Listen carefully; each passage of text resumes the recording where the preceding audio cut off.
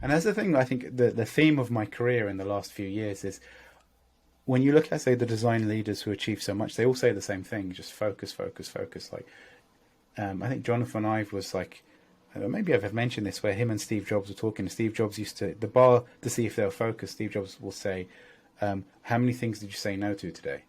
And no, not just no to just, you should add an extra button. No, it's like things that you really want to do, but can't because you're focused on this thing. And then that would be a good indication that you are really focused on this problem and you really believe in it.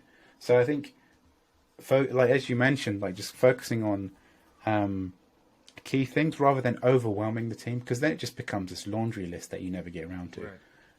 And also it's like it's targeted. It's probably, you can do both. You might, as a design individually, do the whole thing, but you only drip feed the team bits, like each section. So you do something on accessibility, something on performance, something on the checkout conversion, something on user sign up, onboarding, but you don't do everything all in. You don't show everything all in one go. So this is like a continual thing, which I think that's actually another interesting point. A design review is not just a one-off document that just dies once everything is done. You should be continually revising stuff. So maybe once a quarter, focus on something that could be improved, like just to decrease the churn. Like they call it technical debt, but there's also UX debt. If you don't face these things, they just, as you start developing more and more features, it just accrues, and you want to kind of avoid that as much as possible.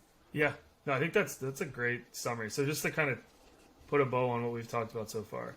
So I think, like, getting cross-functional buy-in, getting people to, like, all get on the same page, keep it as, like, human as possible, right? Like, set realistic expectations, emphasize the positive, so, like, find the good things in the site, express any pain points or annoyances, like, tactfully, like, do it with respect, do it with, like, some data to back it up.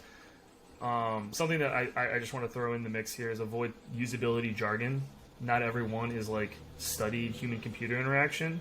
So, kind of cut the buzzwords and really just stick to, like, making it as simple as possible. And then I think the summary of it all is be as specific as you can. Yeah. Sorry, my kid just walked in and realised I was doing live stream. Yeah, no, I think, no, absolutely. I think, again, just going back, you wanna just keep things as focused as possible.